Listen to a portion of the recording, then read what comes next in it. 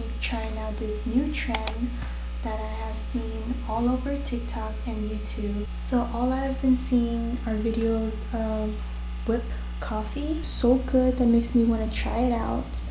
You only need 3 ingredients. The recipe is listed down below in the description box, so make sure to check that out. So if you're stuck at home like me and you're craving for Starbucks or Dunkin', then you should definitely try this drink out.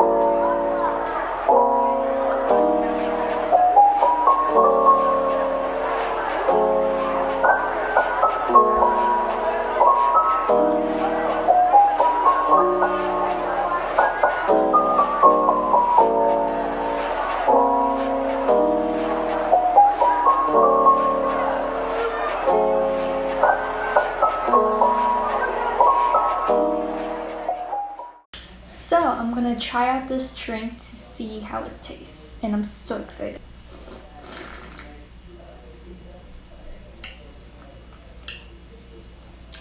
It's a little bitter, but it's pretty good.